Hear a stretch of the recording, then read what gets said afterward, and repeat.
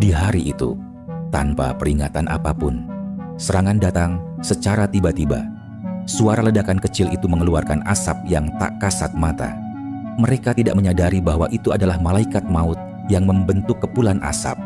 Bukan sekedar membawa racun, gelombang kejut tak memberi ruang bagi siapa saja yang menghindarinya. Satu persatu manusia mulai berjatuhan. Itulah kengerian bom kimia. Bukan sekedar senjata artileri. Senjata kimia adalah simbol peperangan paling brutal di era modern. Di dalam sejarah konflik, senjata kimia seringkali meninggalkan kisah kelam dan penderitaan. Sementara jutaan rakyat yang tak berdosa ditakdirkan menjadi bagian tumbal yang tak dapat dihindari. Air mata jatuh di sela-sela derita konflik, seolah dunia sudah tak memiliki nurani lagi. Sementara bara dendam terus memercikan apinya. Di balik konflik, bom kimia atau gas mustard seringkali dijadikan sasaran alternatif di dalam pertempuran besar.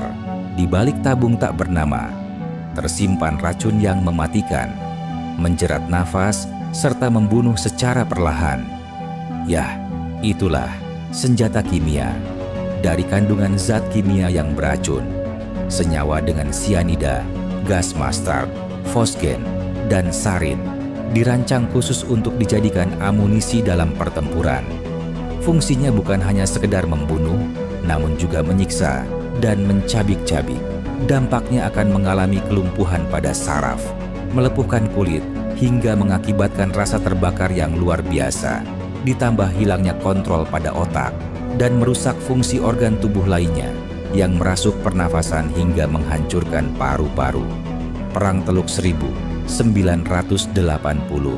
menjadi salah satu peristiwa besar yang meninggalkan sejarah kelam di abad 20. Tak hanya senjata konvensional saja, senjata kimia juga memiliki peran penting dalam brutalnya pertempuran antara Irak dan Iran.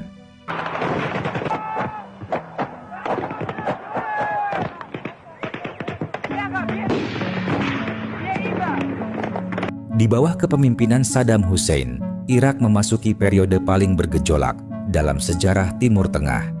Pada 1980, ketika Saddam Hussein mulai melancarkan invasinya ke negara tetangganya, Irak yang datang dengan penuh kekuatan dan percaya diri, berharap dengan cepat peperangan dimenangkan. Akan tetapi, Iran menjawab serangan artileri Irak. Tak mau kalah, Iran tak gentar melakukan perlawanan dan bergerak cepat merayap hingga ke medan Pari-Parit. Iran dan Irak terus melakukan serangan demi serangan dalam gelombang manusia. Pasukan Saddam melakukan penyerangan yang lebih serius. Perang yang tak kunjung usai menjadi perang stagnan yang melelahkan bagi keduanya.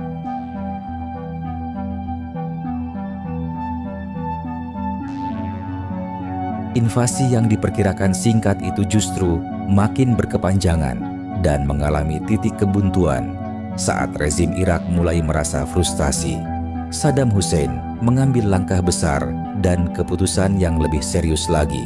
Jika serangan-serangan artileri Irak tidak mampu meruntuhkan pertahanan Iran, maka jalan satu-satunya adalah senjata kimia. Kini, Irak beralih ke persenjataan yang lebih dominan dan mematikan lagi. Gas air mata dan agen kimia ditargetkan ke pusat-pusat militer Iran dan warga sipil. Lecutan gas beracun yang tak kasat mata dan tidak berbau. Nampak seperti hantu yang mengerikan. Di bawah langit yang kelam, tersapu oleh hitamnya awan yang pekat. Tiupan angin teluk membawa jutaan aroma mesiu yang beracun. Di pagi itu, artileri Irak mulai diluncurkan ke wilayah Khorramshahr. Suara ledakan kecil terdengar dari kejauhan, membentuk gumpalan asap yang menyebar mengikuti arah angin. Bersama hembusan angin, gas kimia telah menyatu dengan udara, mengakibatkan mata pedih dan iritasi. Tarikan nafas mulai terasa berat. Gas racun membakar tenggorokan hingga merasuk ke paru-paru. Teriakan mulai terdengar di antara suara-suara tembakan. Perlahan gas mustard menyebar hingga memasuki parit-parit persembunyian militer Iran. Sebagian mereka mencoba keluar dan berlari, namun satu persatu mereka mulai berjatuhan. Ribuan pasukan Iran berguguran. Lebih dari 60.000 warga sipil dan pasukan Iran terpapar gas mustard, agen saraf, sarin, dan tabun. Minimnya masker anti kimia menjadikan pasukan Iran tidak siap menghadapi serangan tersebut. Pada tahun 1986, disebut sebagai Operasi Ramadan Mubarak, tepatnya di wilayah Al-Fau, gempuran senjata kimia terus dijatuhkan. Gas-gas beracun disebar luas hingga mengelilingi wilayah tersebut. Medan pertempuran berubah menjadi zona kuburan massal pasukan Iran, di mana gas mustard dan tabun telah menewaskan setidaknya 10.000 jiwa. Menjelang akhir peperangan, serangan artileri dan bom kimia secara membabi buta dikerahkan di wilayah Kurdi. Selama bertahun-tahun, rakyat Syiah Kurdi hidup di bawah tekanan dan ancaman otoriter oleh pemimpinnya. Kini, rakyat Kurdi mulai menjalin hubungan dengan Iran. Dari sanalah terbentuknya sebuah aliansi tak terduga antara penduduk Kurdi dan Iran. Front Utara berubah menjadi mimpi buruk bagi pasukan Saddam. Kehadiran rakyat Kurdi yang berkoalisi dengan Iran menjadikan Saddam Hussein harus membagi kekuatan militernya. Kini, pasukan Saddam harus menghadapi dua arah pertempuran. Iran di selatan, sedangkan Kurdi berada di utara. Pada Maret 1988, langit-langit Halabja tampak terang, namun ketenangan itu tak bertahan lama, disebut sebagai Operasi Anfal. Kali ini pesawat-pesawat tempur Irak kembali menjatuhkan bom kimia yang jauh lebih besar dari sebelumnya. Serangan brutal ini dikenal sebagai operasi sistematis yang berpusat untuk menghancurkan perlawanan Kurdi. Di bawah komando Hasan al-Majid, pasukan Irak menjatuhkan lebih dari 200 ton jenis agen kimia, sarin, dan gas mustard. Serangan tersebut mencakup setidaknya lebih dari 6.000 jiwa, yang mayoritas adalah wanita dan anak-anak. Artileri Irak yang dihantamkan ditujukan sebagai serangan balasan dan merebut kembali Halabja dari tangan Iran. Dalam serangannya, Saddam Hussein tidak mentargetkan militer Iran, melainkan ditujukan sebagai serangan teror dan balasan terhadap penduduk Kurdi yang selama ini telah berkhianat dan membantu Iran menggerogoti pertahanan Irak dari dalam. Adanya campur tangan penduduk Kurdi yang bersekutu dengan Iran adalah pukulan telak bagi Saddam Hussein. Pimpinan Irak itu merasa dikhianati oleh rakyatnya sendiri. Halabja berada di jalur strategis yang menghubungkan wilayah perbatasan Iran dan Irak, yang sebelumnya pasukan Iran merebut wilayah itu dari kekuasaan Saddam. Pimpinan Baghdad berupaya menghilangkan aspirasi otonomi kedudukan Syiah dari Irak, terutama di wilayah tersebut, yang jumlahnya lebih dari 25 juta jiwa itu. Dari serangan tersebut, Irak mendapatkan sanksi atas pelanggaran hak asasi manusia. Dunia muak dan mengutuk perang kimia. Tindakan ini dianggap sebagai genosida terhadap rakyat atau Perserikatan Bangsa-Bangsa mengeluarkan Resolusi 598 dan menuntut gencatan senjata. Dunia internasional memaksa penarikan pasukan ke perbatasan dan pertukaran tawanan perang. Pimpinan Baghdad menerima resolusi tersebut dan menyetujui gencatan senjata, sementara Tehran yang sebelumnya menolak untuk berdamai.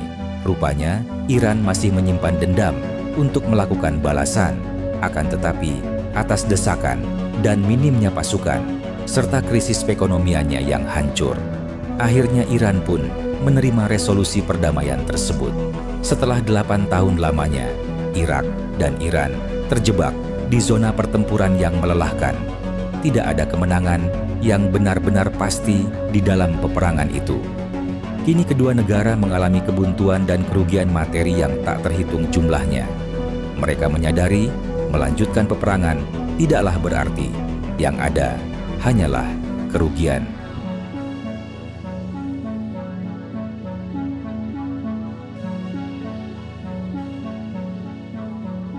pada 20 Agustus 1988. Akhirnya, Mesopotamia dan Persia sepakat untuk mengakhiri konflik Perang Teluk 1980 sampai 1988. Tercatat sebagai perang paling sadis dan brutal di era modern, yang dinilai mirip dengan Perang Dunia Pertama. Di balik panjangnya konflik itu telah menewaskan setidaknya 1 juta hingga 2 juta gelombang manusia, sekaligus menjadi peperangan dengan penggunaan senjata kimia terbesar setelah Perang Dunia Kedua. Dunia sepakat dan melarang senjata kimia untuk digunakan sebagai senjata di medan perang. Terkadang, kecanggihan teknologi bukan hanya menjadi manfaat bagi manusia, namun juga menjadi petaka dan penderitaan yang panjang. Berkembangnya sistem dan teknologi selalu beriringan dengan moral manusia. Dunia menyadari bahwa batas moral dalam peperangan tidak akan dibiarkan berkembang begitu saja. Dari tragedi masa lalu, dunia pernah membentuk kesepakatan. Pada tahun 1925, dunia membentuk Perjanjian Geneva Protokol yang melahirkan perjanjian internasional dan melarang penggunaan senjata kimia atau biologi dalam perang. Protokol yang ditandatangani pada 17 Juni itu muncul sebagai respons terhadap dampak mengerikan gas beracun selama Perang Dunia II. Namun, larangan itu hanya berlaku pada penggunaan, bukan untuk produksi atau penyimpanan, sehingga sebagian negara masih menyimpan dan memiliki senjata tersebut. Apakah canggihnya teknologi akan melindungi kehidupan atau justru mengancamnya dunia?